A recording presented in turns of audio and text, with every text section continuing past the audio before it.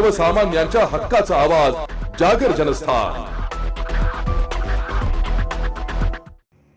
राज्याचे जलसंपदा मंत्री तथा जिल्ह्याचे पालकमंत्री राधाकृष्ण विखे पाटील यांच्या उपस्थितीत जिल्हा विकासाबाबत बैठकीचे आयोजन करण्यात आले। राज्य शासनाचा 100 दिवस कृती कार्यक्रमाच्या अनुषंगाने जिल्ह्याच्या विकासाचे उपक्रमही वेगाने राबवावे आणि त्यासाठी कृती आराखडा तयार करा असे निर्देश श्री विखे पाटील यांनी यावेळी दिले। या बैठकीत जिल्हा अधिकारी सिद्धाराम सालीमठ, जिल्हा पोलीस अधीक्षक राकेश ओला, जिल्हा परिषदेच्या मुख्य कार्यकारी अधिकारी आशिष एरकेर, अप्पर जिल्हा अधिकारी बाळासाहेब कोळेकर आदी होते। जिल्ह्यातील प्रत्येक विभागाने विकासाचे विजन तयार करावे आणि त्यासाठी आवश्यक कृती आराखडा तयार करावा। 15 फेब्रुवारीपर्यंत याबाबत सादरीकरण तयार करावे। जिल्ह्याच्या वैभवात भर घालणारी कामे करा। नागरिकांच्या समस्यांकडे संवेदनशीलतेने लक्ष द्या।